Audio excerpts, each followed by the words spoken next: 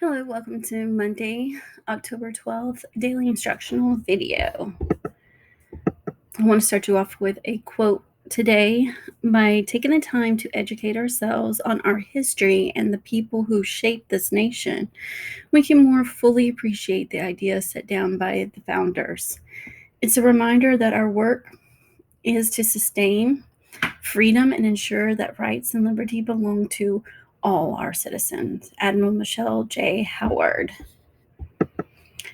So this week we're starting our new unit. We've finished Unit 1 and now we're moving into Unit 2. You're going to need to go and do your warm-up. We're going to be reflecting on the work that we did last week. How well did you do on the essay and preparing for it? What were you confused by? What do you think you could do better? What were your strengths? What were your weaknesses? So you can pause the video and go to the Google warm-up and complete the warm-up for the day. Okay, so we're going to do a little intro into what Unit 2 is about. You're going to have an academic vocabulary chart to complete. You're going to read and annotate the mentor text. You're going to write a summary of the mentor text and an SAR, which is a short answer response on how can words inspire change. I know it seems like a lot, but it really is not, because we have your text is less than 4 minutes long. It's very short. And so these little activities are just simple little activities for you to do. So you're going to read and annotate as always. You're going to circle unfamiliar words, underline important information, and generate questions. You will summarize the text, and you will also make an inference about the text when you compose an SAR, or short answer response, and provide textual evidence for support. So here's our Unit 2 introduction. Our theme is moving towards justice. Our essential question is, how can words inspire change? And the writing style that we're looking at this time is informational. As you recall, last unit was argumentative, and this one is informational.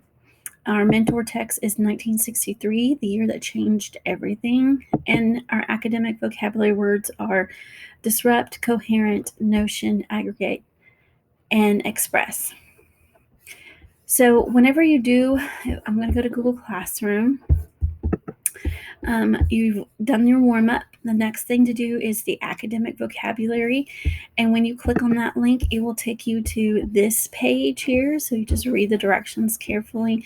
You're predicting meaning, and then you're giving at least 2 words that are related to this word, looking at when you break down the root of the word.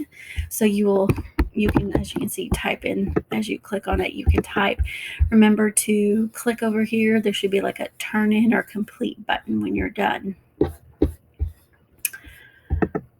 Okay. So an informational text, what is that? It's not like the argumentative text where we're taking a side. Its purpose is to inform and educate about a specific topic. Informational texts rely on facts to communicate ideas and information to specific audiences for a specific purpose. So some examples of these, like journal articles, textbooks, manuals, expository essays, reports, biographies, autobiographies. These are all examples of informational texts. So like I was just telling you about your academic vocabulary, this is what it looks like, and you will find that link to that in Google Classroom. Here is your annotation guide. Make sure that you circle yellow any words you're not familiar with, and make sure you define them. Look them up and define them, and then put what you defined in the box. Underline pink any important ideas, and explain in the annotation note why that idea is important, and put question marks in the annotation notes next to things that you don't understand or want to learn more about. So I'm going to click on here. This is what the unit looks like. Remember, when you take notes, you just underline, and then a box will come up and it will let you select what color you want, highlighting, circle, or underline, and then you can put your information right there. So again, make sure you are annotating the entire text. You can see it's really short. Okay.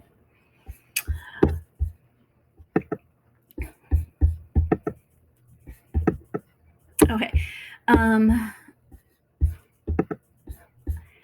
So when you're done reading and annotating, then you'll have this worksheet to complete.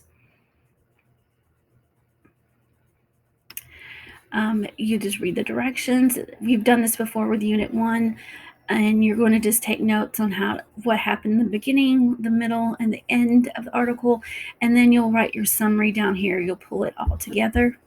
Remember to make the page bigger so you can see it.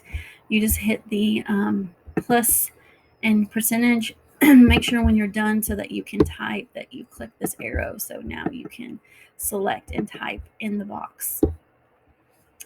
On page 2, you're doing your short answer response. How can words inspire change?